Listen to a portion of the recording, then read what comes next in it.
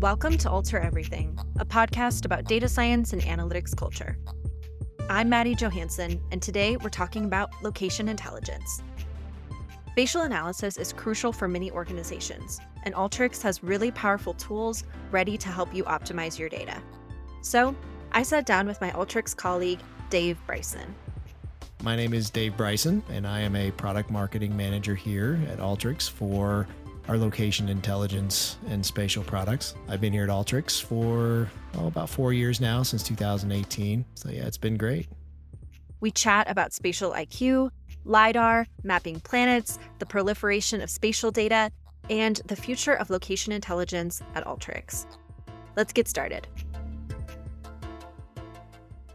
You mentioned that you've been at Alteryx for about 4 years. Something cool that we do for our new hires is to have in-person training and orientation. And I remember from my new hire training, we heard a lot about Alteryx history and what our focus was way back in the day. I'm sure you remember this as well. And I'd love for you to tell our audience about that history.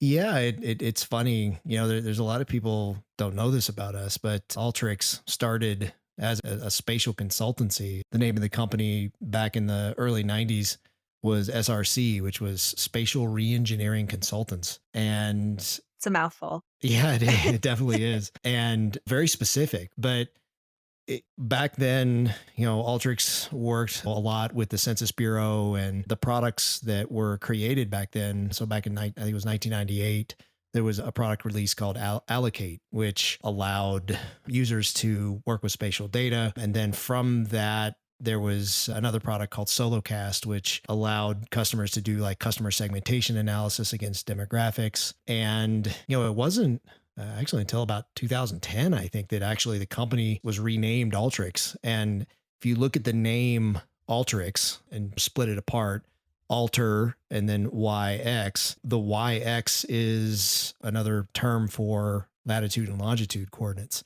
So even in the name of the company, you still see the Alter YX, altering spatial data. So I always loved that about Alteryx, that they kept that little, it's almost like a little Easter egg there in the name of our company. I think it's so fun to see some of the old school vintage tool icons as well. We'll have to put some of them in our show notes, just some of the pictures. There's, I guess, 90s, right? It looks so 90s. It's so fun. But I think that there's also a hidden Easter egg in there for our listeners to change the tool icons in Alteryx to the old ones if you click a certain area. But maybe we'll include some instructions in there to it. To do that in our show notes for people who are interested. But yeah, no, I think that history is super important to the company. And it also speaks to just that appetite for spatial tools that we've always had. It's a crucial tool to not only have for convenience, but also for survival. If we think back to the dawn of time. And so thinking about the more recent history of maps, I can remember a time where an atlas was essential to a road trip, and stopping for directions was a thing. We've really had the opportunity to watch those huge advancements in this arena.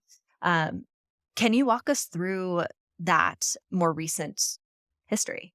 Yeah, it's funny you bring up the road atlas, because that's actually where, when I was a kid, where my interest in mapping came from. My dad had an atlas in his car, and to pass the time, I would look at the atlas, and it was a Rand McNally map, and the maps were beautiful. Like, you looked at them, and from a style perspective, they were very well done, very clear. They would show you like the boundaries of the cities, and in the back of the map, they would have population of all the cities. So I would look up, New York has 7 million people, and Chicago has this many people, and I'd go to the map of that city and look at it. And they were so different from where I grew up in North Carolina that I always would imagine in my mind's eye these places that I hadn't visited yet. But you're right, that was how we used to interact with maps. And when I started my career in geospatial, at the time, most of the spatial work was done in what's called GIS, Geographic Information Systems.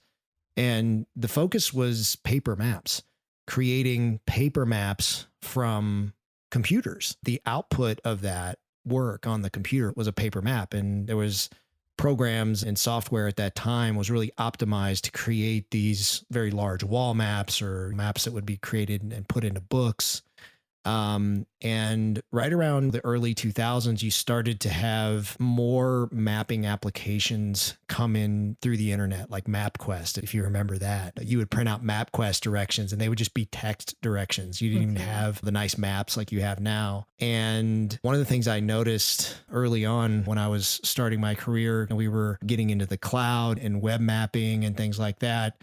And I think that it was really hard to explain to people. It was really hard to explain, especially to businesses, what is GIS? What is mapping? What is location intelligence? That word didn't even exist yet. And there was no reference yet for people who had never heard about this before to really understand it. And what I've noticed over the last few years is that just in the culture in general, because of things like Google Maps, where, today you get in your car and Apple CarPlay comes on or Android Auto comes on and boom, you got your map on your dashboard, off you go. You put in your destination. It tells you exactly where you need to go, how long it's going to take you to get there, what the traffic is like. These are all things that even 10 years ago, we did not have. And so what's great is now when I talk to customers or I talk to analysts and, they don't know much about spatial analytics or location intelligence, you can use things like Google Maps and these consumer applications to orient people. Yeah, imagine Google Maps, but with data on it or your data on it. And then immediately you can start to have a more in-depth conversation about what location intelligence actually is.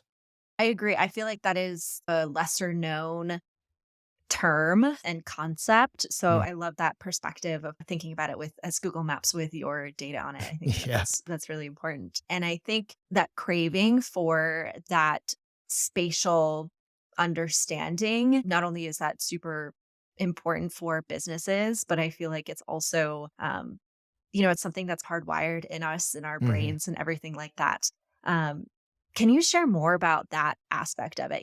As you're talking about also being a kid and looking at different cities and things like that, what is it about spatial that gets you really excited?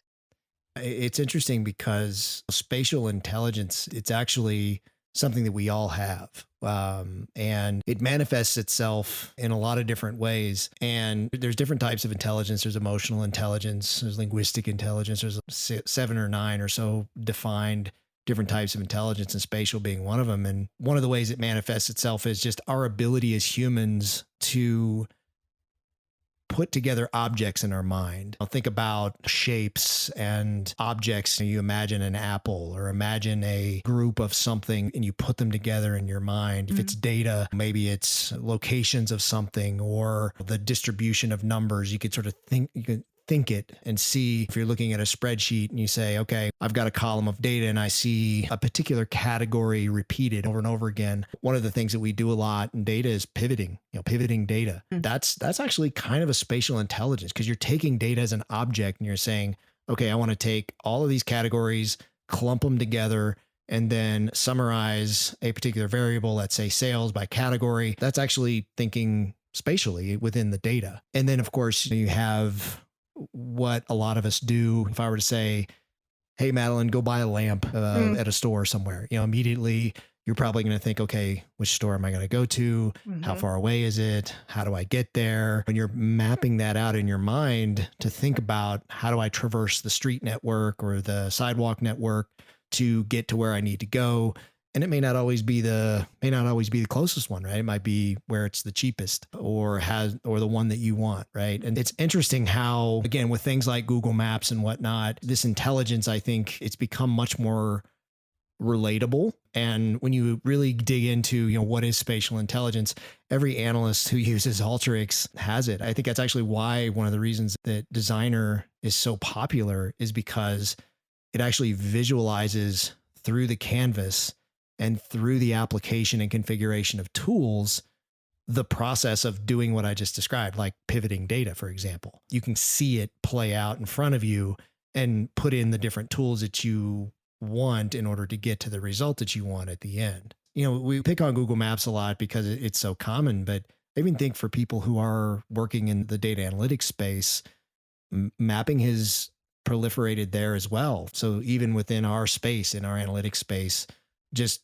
putting data on a map and thinking spatially about the data that you have. And that dimension of spatial has really exploded. You know, the proliferation of mobile devices over the years and stuff like that, and how it contributes to not just the cultural understanding of spatial, but just the data as well. I think that's actually a pretty interesting statistic where if you look at when Alteryx was renamed to Alteryx in 2010, there were about 300 million phones sold every year. And then fast forward to a couple years ago, it's 1.4 billion phones and Wow. Worldwide, I assume? worldwide. Yeah. And what's interesting about that is every phone is essentially a GPS receiver. And not only is it receiving location data, but it's transmitting location data. And so you've had a 3 or 4x or more increase in these devices that go out every single year. And every single year they get better, they get more accurate. There are more apps that send more data. So my guess is that any listener right now, whatever company you work for, has got some kind of location data. Maybe it's not mobile device data, but you know, any kind of customer data, store data, anything, insurance policies, anything has some type of location tied to it.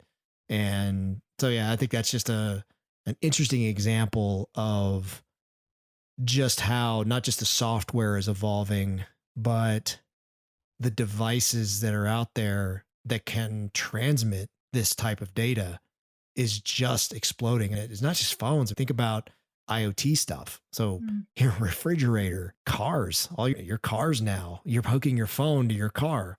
So that's actually how Google Maps gets its traffic data is it's tracking you as you drive and you're using the Google Maps app and it's tracking you and every other car. And that's how it makes the traffic maps. And that's why they're actually really good. And again, that's just one example of an application of this. But I just think that aspect of the availability of geospatial data and how it's being collected and stored. And, you know, there's just so much of it. And I think tools like location intelligence and Alteryx give you the ability to tap into it. I love this conversation. I feel like it's really bringing back memories of when things really started to change in the 2000s. I Mhm. remember when Google Earth came out Yeah. and just sitting there. And so it's like, okay, let's look up Paris, let's look up Istanbul, let's just like go walk around the streets on Google Earth. That was such a big deal. Like that was never a thing before Yeah. then. It's funny you say that because I remember when Google Earth actually started out as something called Keyhole. And Oh, it was a product. It was actually made out here in Boulder. And I remember downloading Keyhole for the first time and playing around with it. And it was funny. Everyone I always showed it to, the first thing that you've got the world at your fingertips, right? You can look at anywhere you want in the world. Everyone was like, "Where's my house? Show me my house." yeah. And even today, I was on Google Maps and I introduced my kids to it.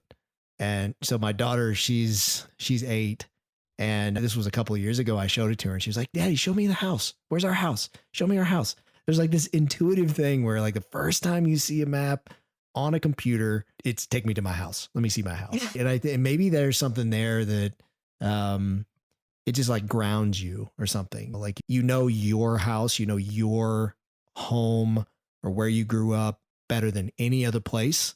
And seeing it on that map orients you maybe a little bit. So maybe that's why people always do that. But I find it's interesting that whether it's kids or adults, it's always, "Where's my house? Where's my house? Show me my house." That's so true. I have a theory that it's tapping into the craving that we have for nostalgia in a Mm, way. yeah. If you look up like my parents' house, for example, on Google Maps, you can see my old car from like Yeah. college. You know what I mean? So it's just like funny to look it up and see that and just see how, and even like my house now, just seeing how the house has changed over the years since, that image was taken. Yeah, Yeah. there's that nostalgia piece there. It's so cool that now on Google Earth, for example, they have a time slider bar where you can, some places you can go even back to the 60s or 70s or something and see what a place looked like back then. And you can take the slider bar and go all the way up till today. It's fun sometimes to look at places where growth has happened dramatically in the last, let's say, 20 years. A good example is Dubai. People like to Mm. look at Dubai in 2000 and then 95 and then look at it today and just the explosion of that place and how fast it grew. But even, going back to your, and you can look at it in black and white pictures from way back and see how your town has changed, your home has changed, your neighborhood has changed. It's pretty neat that they added that feature, but it shows you just how much of that data, we talked about cell phones and the proliferation of cell phones. A lot of that early data was taken from weather satellites, government satellites. And today, there are companies like Planet Labs, for example, where they send these constellations of what are essentially cell phones into orbit and will take pictures of the Earth every 12 hours or more. And that data just gets beamed right back down to Earth and is available through these various data providers. So we're collecting that whole area of like satellite imagery and things like that. That's a whole nother area of the location intelligence space that, again, has exploded over the last 10 years because now it isn't just you have to get some kind of contract with NASA or NOAA or something to get data. They're just companies sending up rockets all the time with sensors that can collect all kinds of data, not just imagery, but infrared imagery and LiDAR and all kinds of other interesting parts of the spectrum that they can collect. That's really been fun. That's wild. Yeah, I haven't even heard of some of those Yeah. terms that you mentioned. Like with LiDAR, what is LiDAR? It's pretty cool. So it's sort of like radar for the ground. Oh, So what it produces is 3D models. So like really accurate models of buildings, houses. If you ever, I know we always take it back to Google Maps, but Google Maps has that, right? It has 3D buildings of downtown, whatever, just about every city. A lot of that is collected from LiDAR. So not just buildings, but elevation, hills, mountains, things like that can all be measured with LiDAR very accurately. And so if you're doing slope analysis, for example, for like avalanche prevention, you might target certain areas with certain slopes and certain amount of snowfall. LiDAR is base for a lot of that type of analysis. that's fascinating. One of my favorite things is how we are now mapping other planets. Oh, wow. There are, like, for example, we've sent a lot of satellites to Mars, and those satellites are similar to the ones that we have orbiting Earth that can collect imagery, can collect LiDAR, can collect a lot of different types of data to map Mars. And some of that data is actually becoming available. There are people who have taken Mars and put it on a globe like Google Earth, and you can cruise around Mars and look at, there's frankly not a lot to look at, but there is, though. I mean, Mars Yeah. is fascinating. And it's I love doing that. It's so fun to, and the moon, people have done it with the moon, but, Mars especially. So, hey, as various companies out there try to get us to Mars, we can, maybe one day we'll be sitting around and looking at our great great grandchildren's homes on Mars or something. It's really that part of it's pretty fun. Yeah. Yeah. Anything is possible at this point. There's people not too many generations ago that they didn't know if the moon was going to be quicksand when we landed on it. So you Mhm. never know what's going to happen. Yeah, yeah. Pivoting back to you, Bryson, as you've been in the spatial analytics game for quite a while, can you share some examples and some of maybe your favorite projects that you've worked on? Yeah, in my, I've been very fortunate to have been in roles where I work directly with customers. So I was, when I left graduate school, I got a job at a company called ESRI or Esri. And they're kind of like the IBM of GIS. And so I started there in 2008 as a sales engineer and was there for about 8 years and got to work with a lot of different customers in local government and retail, real estate, manufacturing. And what's really cool about spatial is this is actually one of the reasons why it's hard to explain to people, but it is applicable in all of those different industries. Those industries could not be any different from each other, right? Like local government and retail, right? There's Mhm. two completely different industries with different objectives, and yet spatial is applicable in both. So I've had the luxury of being able to work in those different spaces. And I think one of my favorite use cases over that time was we worked with a retailer on a analytics project. And one of the things we were doing was we're applying something called, this is going to sound, this is a very fancy word, but spatial autocorrelation. And put Cool. very simply, and hopefully the data science or spatial data science community doesn't scream their head off at this while I say this, but explain simply, spatial autocorrelation is essentially looking at locations and comparing them against like their local neighbors, right? The output of the analysis will usually be there are areas where sales are really high, areas where sales are fairly low compared to the neighbors, right? The nearest locations. But the ones that are really interesting are the output of the analysis where you've got locations that have high sales surrounded by low sales. So that means they're overperforming against their neighbors. Mm. And then the opposite also is true, where you have low sales surrounded by high sales, underperforming. And so we ran this analysis. It was just in Chicago. And so I looked at all the locations, and um, there was one that sort of stood out. And I was like, it's interesting, this high surrounded by low. And I looked at it on a map, and it was near a hospital. Mm. And I was like, okay, that's interesting. But there was a university nearby. And so I was like, okay, let me run this in another city. And so we looked at it in Kansas City and Houston and Dallas and Los Angeles. And the same patterns emerged where there were these really high performing locations that were near hospitals. And I would not have seen that if I'd have just taken the spreadsheet and sorted based on sales and looked at Chicago. I would have seen the location, but I wouldn't have seen the relationship with the neighbors. And I wouldn't have seen the fact that it was near a hospital. I wouldn't have been able to investigate more about the why. And years later, here where I live in Colorado, you'll see a lot of new hospitals get built. It's one of those things that when they build it, it's, a big deal. And so they built a new hospital near my house. It's only about 2 or 3 miles away. And sure enough, they built a shopping center right next to it. And this retailer that I was working with, there was that location right next to the hospital. Wow. And so it was really cool to see how it in real life, there it is. And the funny thing is that location is always packed. It is always Really? busy. So even all these years later, they learned that lesson about hospitals and putting their locations near hospitals.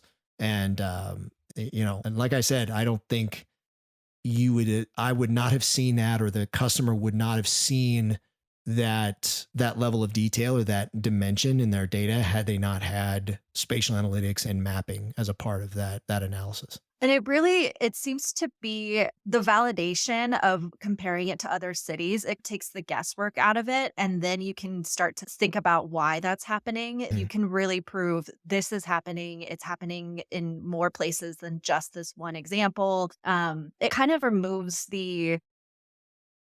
like the human tendency to just theorize based on maybe this is happening or maybe this is like Mhm. what my experience would be in this situation. So that must be what it is. It kind of removes all of that guesswork and really just drills down into the actual facts, which is Yeah. what the analysts and data scientists really want. So, Yeah. No, it's interesting because if you think about that use case, you rank all of the sales for the store network in Chicago. Actually, that one wasn't the best performing.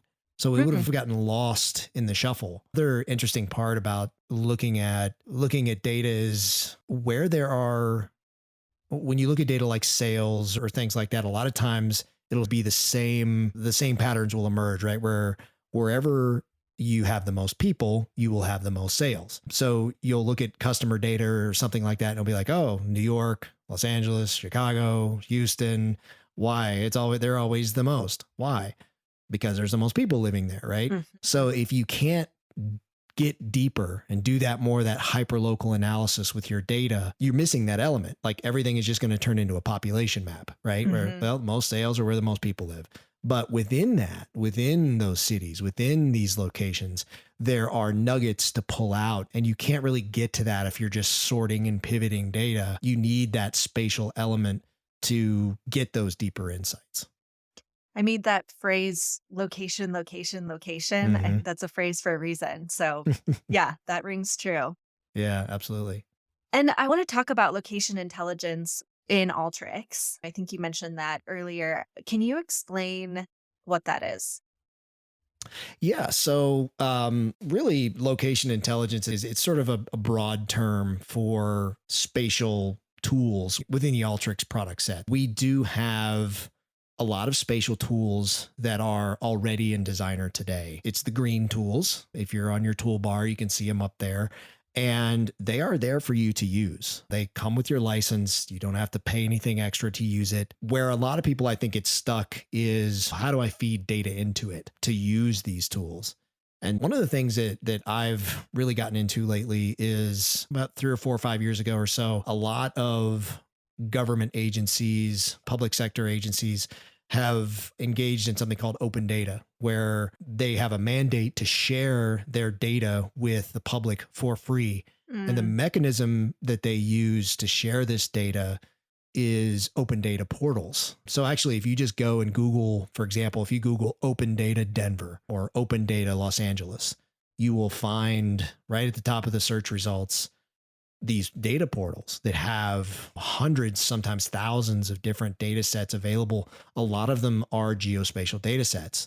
And you can download those for free and you can put them into Designer and you can start to blend them in with your existing data and do all of that right in your Designer desktop, which is really awesome because it helps you to get started with these tools without having to buy specialized data sets or anything like that. But we actually do through our what's called our location insights product, we actually do provide data as well. So if you're interested, this is an extra, you can talk to your Alteryx sales rep about it, but it actually has data inside of Designer that's baked in. So you can pull things like Cool. demographic data and run drive time polygons, lots of different types of analysis just integrated right into the product. So hey, if you're looking to dip your toe in the water, use those green tools. Go to these open data portals, pull in some data, start to see what you can do, and then the sky's the limit after that. Yeah. No, that's cool. That sounds very convenient and very helpful.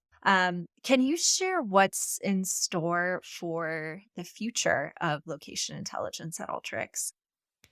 Yeah, I can give a little bit of maybe a little bit of a sneak peek. So, Yeah. obviously Alteryx over the last year, 2 years has really been focusing on moving our platform into the cloud. And that's given us the opportunity to reimagine a lot of the ways in which our users work with data and even spatial data within Alteryx. And so, one of the initiatives we have is to create a more map driven interface that is builds upon, we talked about Google Maps, right? Shifting the focus of doing spatial work and working with spatial data to a map. And what that's going to do is it's going to allow more users to take advantage of spatial data within their organization. Spatial data today is exploding and it's more and more moving to the cloud, and our customers are moving their data to the cloud into platforms like Snowflake or Databricks or other cloud repositories. And the Alteryx Location Intelligence Initiative is something that is going to help give our customers the ability to interact with and analyze data stored in our platform. Very exciting as well. And is there an early access option for Alteryx users right now?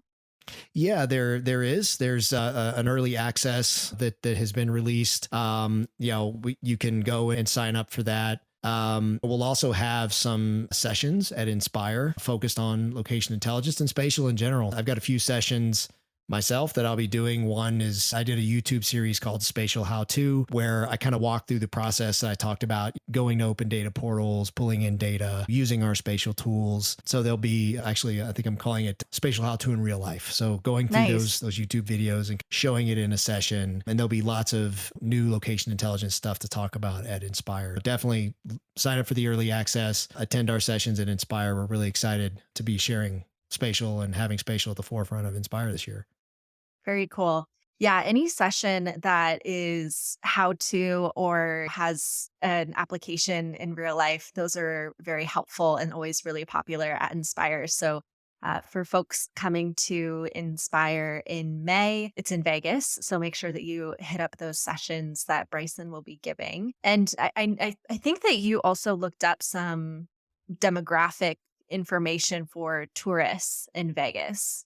Yeah, it's sort of like an interesting data point about tourism in Las Vegas and where tourists come from. And when you look at where people come from to Las Vegas every year, it's kind of the usual suspects. The top two are California and Texas, and California neighbors Nevada, which makes a lot of sense. Texas is, I think, the second largest state in the union. So, of course, there's probably a lot of people coming. But the third one is Washington State, which I found really interesting. I would not have guessed.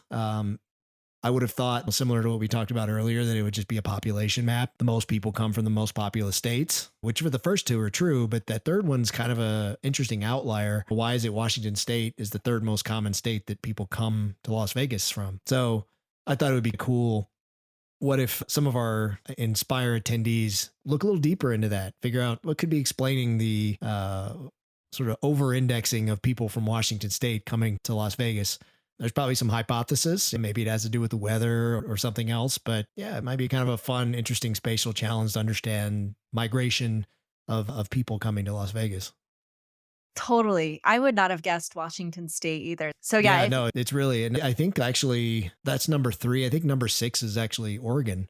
So yeah, Washington and Oregon both are in the top 10, and Michigan I think is right after Oregon. So maybe there's a weather angle there, but it would be really interesting to dig into that a little bit more.